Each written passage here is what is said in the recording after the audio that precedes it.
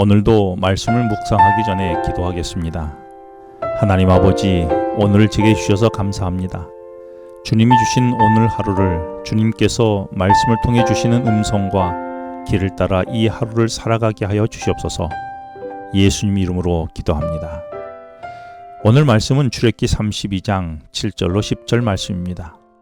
지난 말씀에서 모세가 산 꼭대기에 40일간 머물며 그들의 눈에 보이지 않게 되자 백성들은 보이는 신을 달라며 떼를 쓰니 아론은 금송아지를 만들어 보이는 신을 제공합니다. 이때 만든 금송아지는 그들이 애굽에 머물고 있을 때에 애굽 사람들이 신의 상징으로 존경했던 황소나 송아지의 모형이었습니다. 백성들은 하나님을 애굽의 신을 모형으로 삼아 섬기려 했던 것입니다. 그런데 정말 하나님은 그들의 눈에 보이지 않는 추상적인 신이었을까요? 그렇지 않습니다. 하나님은 이스라엘 백성 앞에 구름 기둥과 불 기둥으로 그리고 시내 산에 임한 영광으로 나타나 보여주셨습니다. 그리고 아직도 백성들 앞에는 하나님의 임재를 보여주는 구름 기둥이 버젓이 존재했습니다. 그러나 백성들의 마음은 애굽에서 섬기던 송아지의 우상 숭배로 되돌아가 있어서 하나님의 영광의 임재가 보이지 않았던 것입니다. 나는 내게 나타난 하나님의 형상의 실제를 보셨습니까? 혹 아직 보지 못했다고 말하지는 않습니까? 나의 일상에 구름 기둥과 불 기둥으로 하나님은 어떻게 나타나셨나요? 오늘도 여전히 비치는 태양과 공기 중에 가득히 담아 공급되는 산소와 푸른 천연계는 오늘도 내게 보여주신 하나님의 모습이 아닐까요? 이런 하나님의 임재를 뒤로하고 내가 만들기 원하고 때로는 만들었던 금송아지는 무엇이었습니까? 그런데 백성들이 말도 안 되는 금송아지를 만들자고 했을 때에 이것이 틀렸다고, 그럴 수 없다고, 안 된다고 말한 사람은 없었을까요? 안타깝게도 거의 대부분이 우상 숭배에 가담했습니다. 아론을 비롯해 단지 소수의 사람만이 하나님의 약속에 충실하여 우상을 만들지 말자고 했지만 이들은 우상 숭배자들에 의하여 거친 공격을 받았습니다. 이로 인해 목숨을 잃기도 했습니다. 결국 아론도 자신의 안전을 염려하여 군중들의 요구에 굴복했습니다.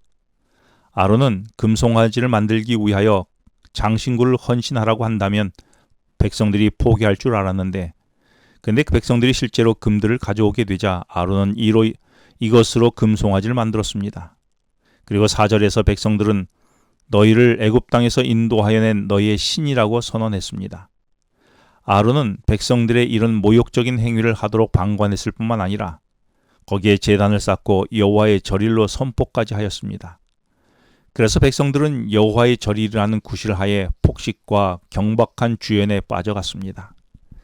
이스라엘 백성들은 출애굽기 24장 3절에서 하나님의 율법이 선포될 때에 그들이 한 목소리로 응답하여 이르되 여호와께서 말씀하신 모든 것을 우리가 준행하리라고 말했었습니다.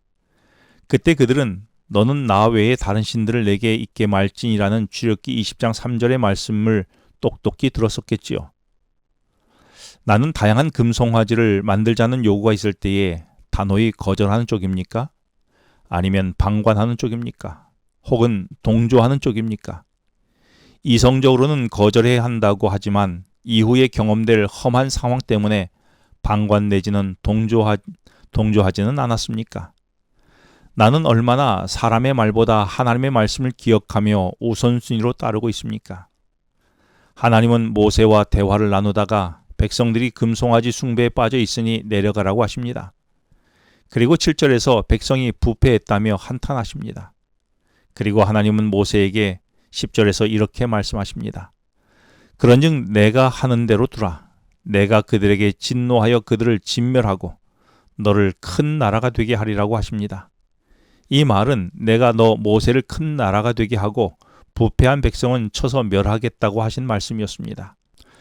상황적으로 보면 모세는 멸망당하지 않을 것이기 때문에 그리고 그를 큰 나라로 세우시겠다고 하셨기 때문에 하나님께서 이스라엘 백성을 멸하시려고 하는 일에 굳이 끼어들거나 나설 필요가 없었습니다.